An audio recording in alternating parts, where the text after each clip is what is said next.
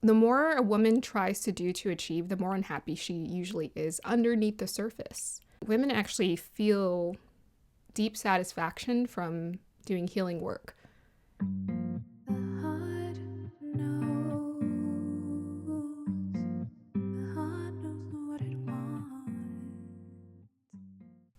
Hi, beautiful souls. Welcome to another episode of the podcast, Soul Awakening with Shantia. Here I am with my hot water. I always feel like hot water is so nice for helping me to just speak a lot more clearly. I am excited for today's episode. We are going to be talking about feminine power, and with that comes talking about the wounds that prevents us or blocks us from being able to access our feminine power. And with those wounds comes the programming that we receive when we're brought into our life circumstances. It's full of a program that we are called to heal and overcome. So there have been so many interesting videos that have popped up on my feed. As of recently, there was a video talking about dark feminine energy by Maureen, Murdock, that showed up on my feed. It was a recording from 1993, the 90s, when I was born. These ideas and concepts were being spoken about and they were being embraced, which is so beautiful. And there were so many beautiful points that she made when I was watching that video. I will go ahead and make sure to link it down below. In my other channel, I posted it to the community because I want you guys to check it out for yourself and see that we are quite obviously on a collective healing journey of the divine feminine during this time. And many of us are coming into union. We're doing our healing. We've descended into the underworld and we have been doing shadow work, and maybe we are continuously doing some shadow work. With Pisces energy being so strong this year, if you follow Vedic Astrology, you would think, oh, Pisces is, I don't know, maybe it has more of those positive attributes to it, but Pisces is the ending, right? It's the last zodiac sign. It's about endings, and a lot of the placements of the planets are at the forefront of the Pisces. So this is sort of the beginning of the end. And this year, there's lots of huge endings that are coming to close, cycles that are coming to close, and moving into 2026, that is when a huge initiation with the new beginning is going to start.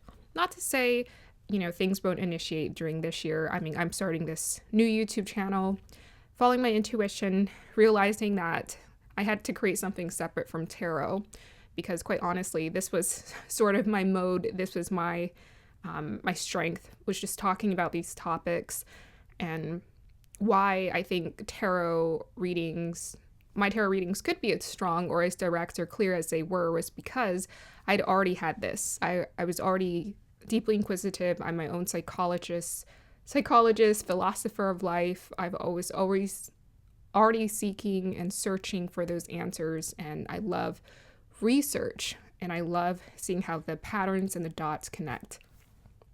So how do the patterns and the dots connect when it comes to our feminine power? Feminine power. We are in a place where the divine feminine is rising, and that means that the divine feminine is leading. And the divine feminine, by its own innate process and how it works, is that it always leads. Because the divine feminine is the unconscious, and it's the unmanifested part of ourselves. It's those hidden parts of ourselves. It's the shadow, it's the moon. This is the parts of ourselves that already existed before we came into more of a physical, immediate awareness of our own existence and our personality.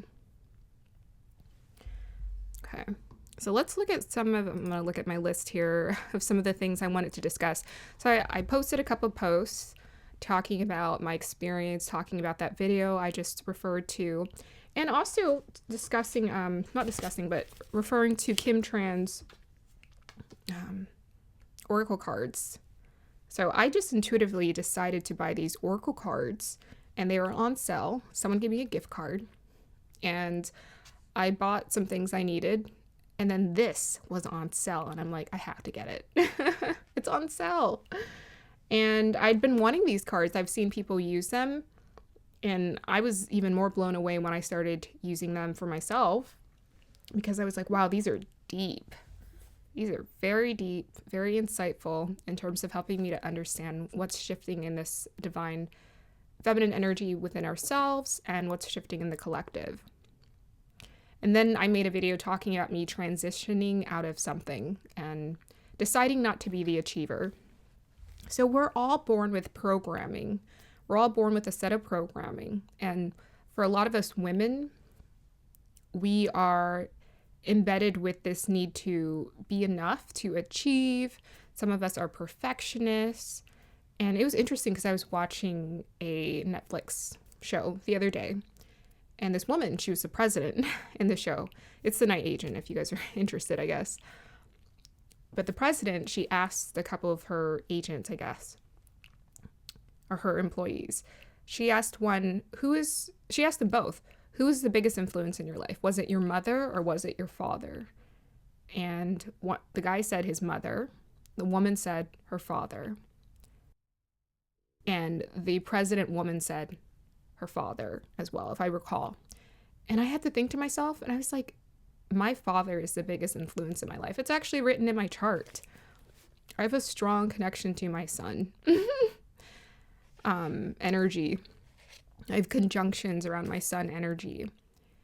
My strongest connection is to my father. And I feel like that father-daughter connection is what taught me, and what embedded in me is this inner father, this inner parent in me who's always telling me to achieve. Who's always telling me if I didn't achieve or obtain certain things, I wasn't good enough. And that's just the programming of the world that we're all taught, regardless of what father representations you've had in your life. Maybe your mother was the one who felt like pressured you to achieve as well, depending. But I have to think about it. And I thought to myself, yes, it's my father. My father is the one who I'm the closest to, who, we actually have deep conversations. Our birthdays are 5 days apart. So we always have a lot of interesting discussions. We're kind of similar in our temperament sometimes. Like we both get very passionate about things. My father likes to debate. I like to speak up about what I believe in. We're both, I guess you could say, opinionated or assertive in our opinions. And I learned it from him. I learned that from him. And even till today, there is still that expectation my dad has for me to achieve things. And I'm learning more and more how to not reject, I guess release. That's the word. I'm learning how to release that programming. I quit my job 2 years ago. And, multiple times I've been told I'm a failure. And I've learned to embrace it with humility, embrace it with humor, because I'm reprogramming myself. I'm no longer just my father's daughter. This is a programming, or my parents' daughter. I'm now becoming the woman, self-owned woman who is independent in her own thinking and beliefs.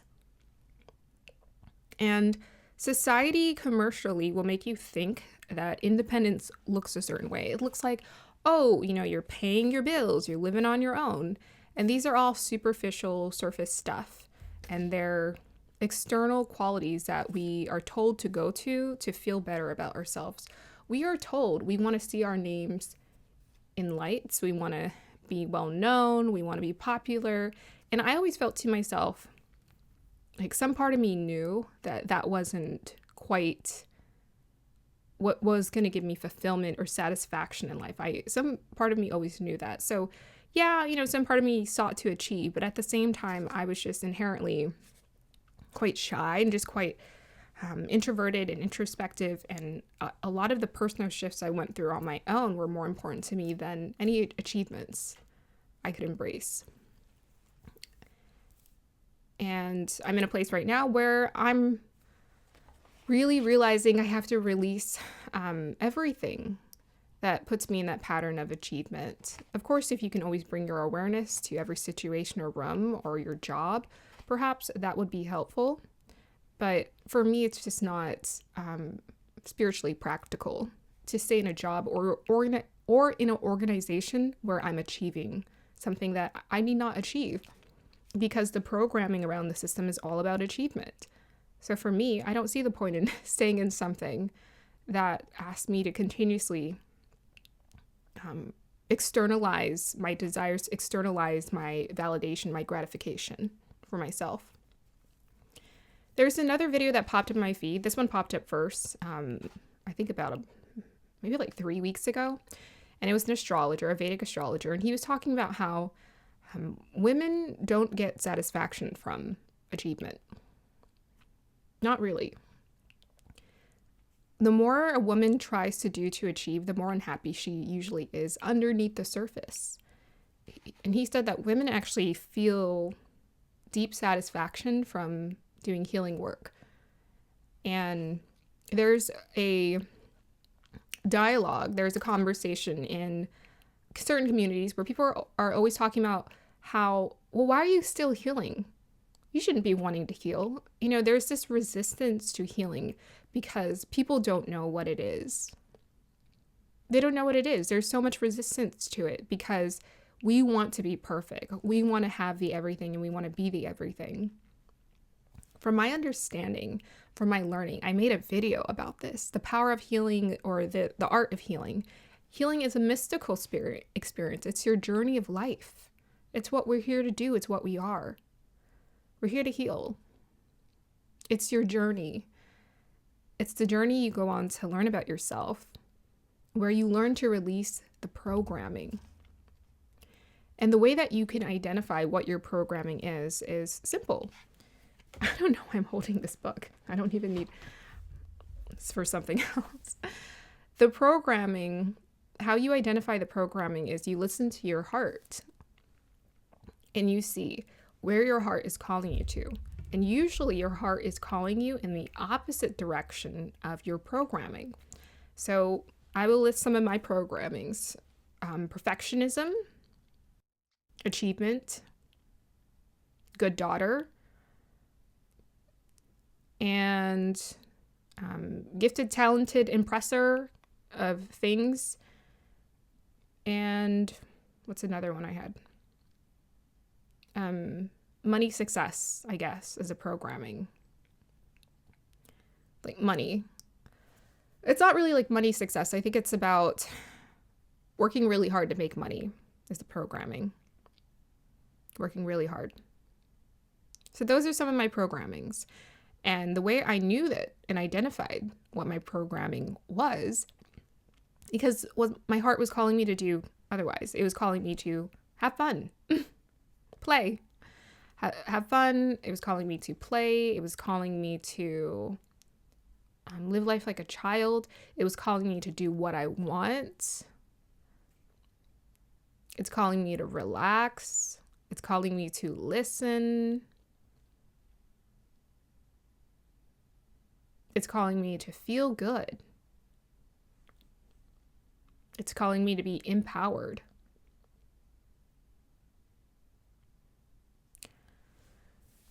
That's how I was able to identify some of my patterns and some of my programming.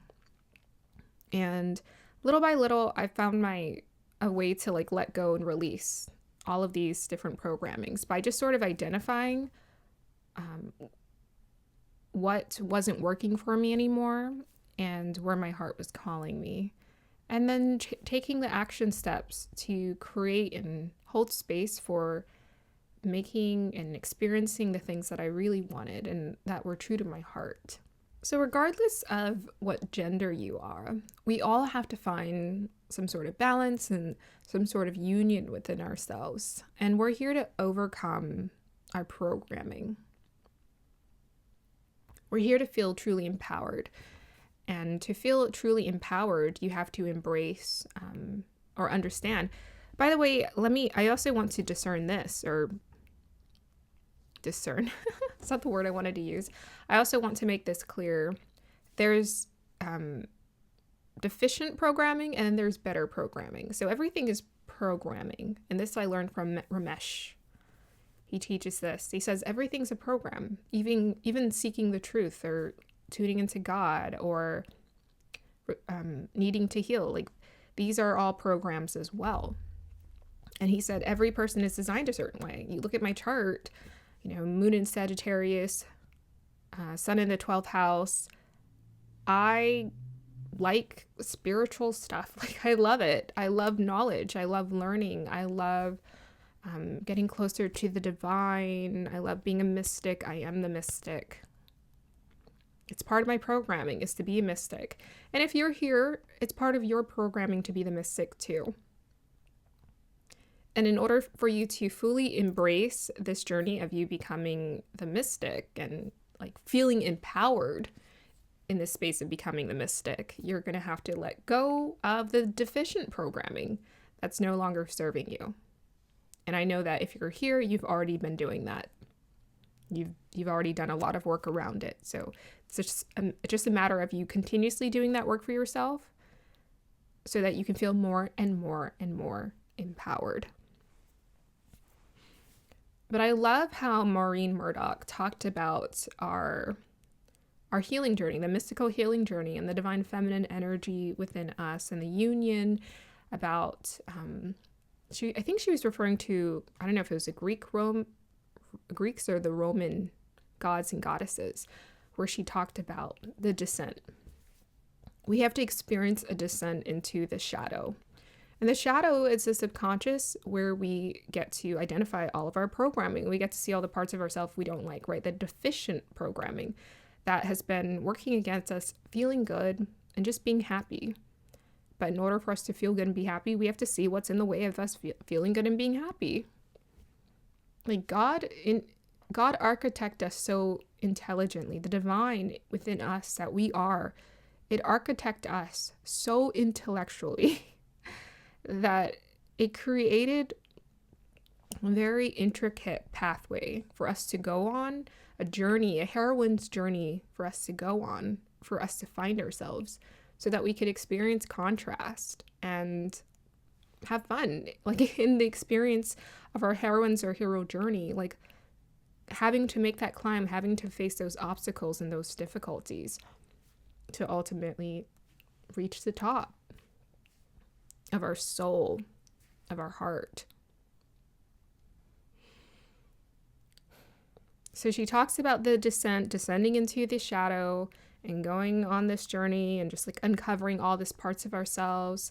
And then after the death is complete, she referred to the feminine energy, the divine feminine. She talked about the womb and the inner child. And then the child starts to be the new you, right? This is the rebirth starts to happen in the womb. After the death is complete, the new energy, the inner child in the womb is birthed, or in the womb, is created in the womb, and then it is birthed through you. So you're essentially birthing yourself. It's pretty incredible when you think about it. So I want to end it on this. Identify what in your life is your programming, and also acknowledge that where everything that we experience is programming. And it's through this acceptance for me of seeing everything as programming that I'm able to live life with more objectivity and more detachment, not disconnection, but detachment from this victim story, because now I can see it for what it is. It's my training ground. It's my playground. Life is a playground, and healing is in a sense a playground that humans are here to experience. It may be challenging, but without the challenge, how can we experience, without the lows of lows, how can we experience the highs of heights of high? Okay, you get what I'm saying, but the high highs. Without the low lows, how can you experience the high highs? You can't. You need the contrast to go through it. And the more I observe people's stories, the more I listen, I honestly haven't heard a single person say, I haven't suffered. No suffering at all.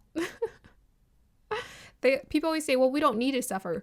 we don't need to suffer, but I do feel like suffering is part of the equation.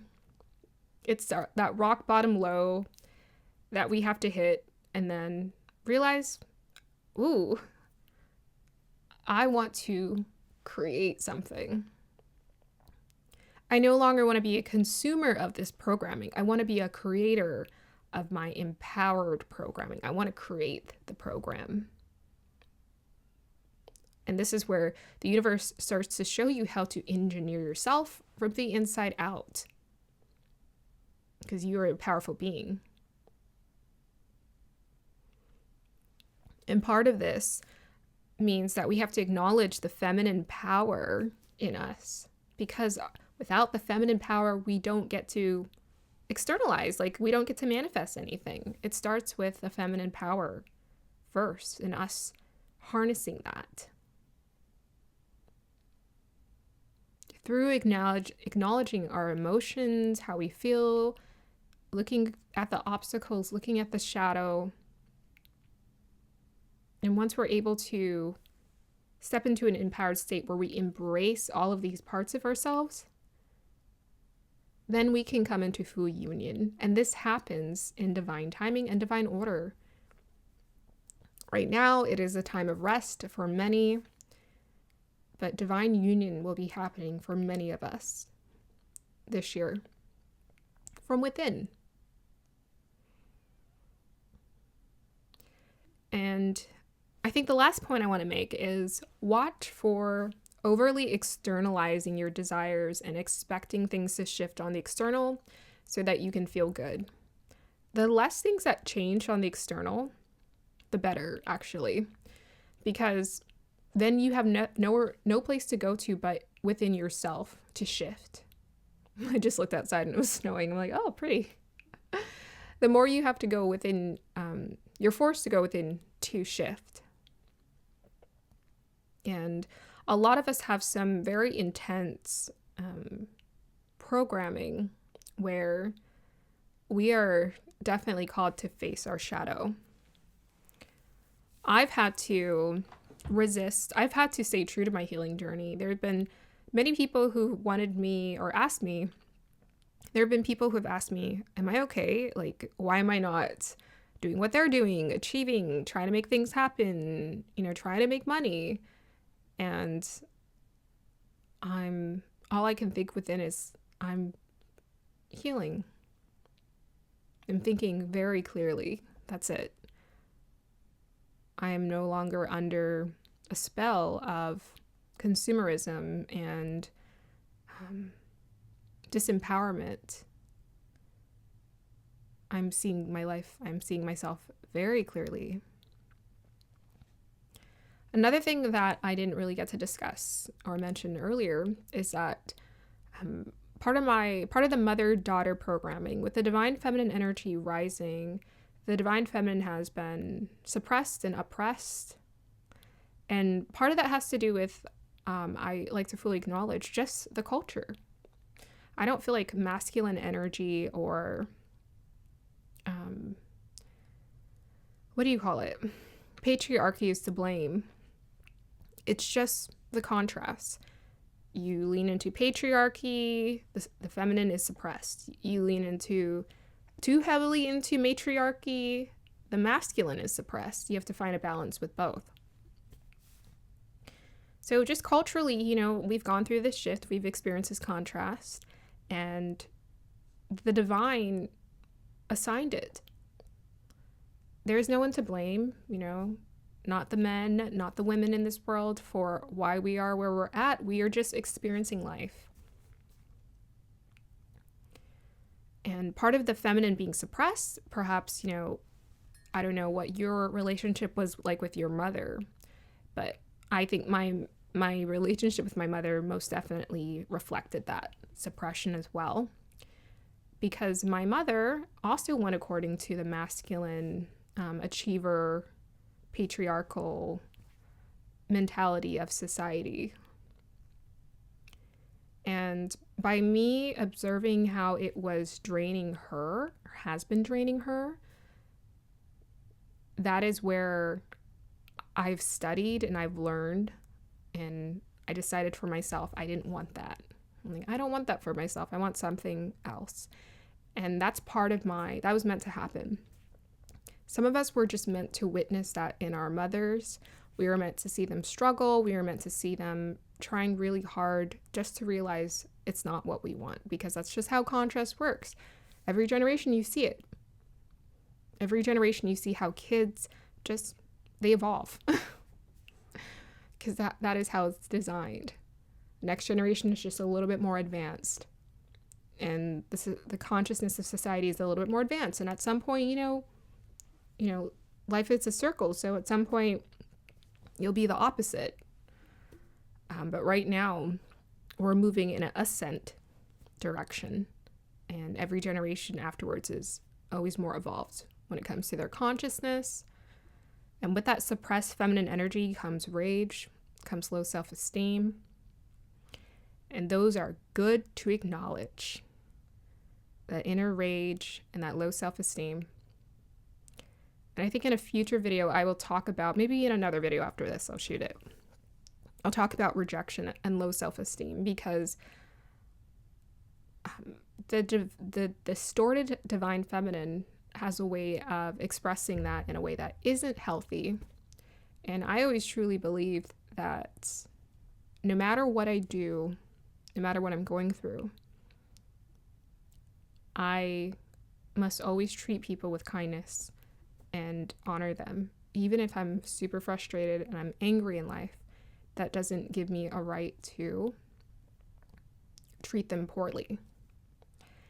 And I don't know, we're going to go into this because I think this is going to be a little controversial. I have some perspective on this, but I also feel like a lot of people can relate to this, because there is a aspect of divine feminine that is represented in, I think, the overall spiritual consumerism community that isn't really healthy. It's not really a healthy expression of divine feminine, even though they're slapping divine feminine onto it. It's not really a healthy expression of it. It's actually just a distorted version. And that's the hard part, is like really seeing things clearly. And I always felt like when we can find a healthy relationship to masculine and feminine within us, we will find a healthy relationship to the masculine and feminine outside of us. And there will not be any codependency. If we are depending on another person to fulfill our needs, or we are obsessing about relationships, this is highly distorted energy, because you should not be, if you're at a point where you are obsessing over a relationship, that is a huge distortion playing out, and it's going to cause you a lot of misery. And I will be discussing this in depth in another video. So there you go. A peek into whatever's coming next. And I hope you guys enjoyed this discussion about the programming that we have to sift through and identify within ourselves. And this is just a really good time for you to take note of whatever programming you're being called to release and what new programming you're being integrated with, which is what my last video was, or last videos were about. They're more about the integration of this like new programming that's coming in that feels very empowering. It's about being the teacher. It's about stepping into your power from the inside out. Let me say that again. From the inside out. All right. I hope you guys have a beautiful day or evening whenever you're watching this. Bye.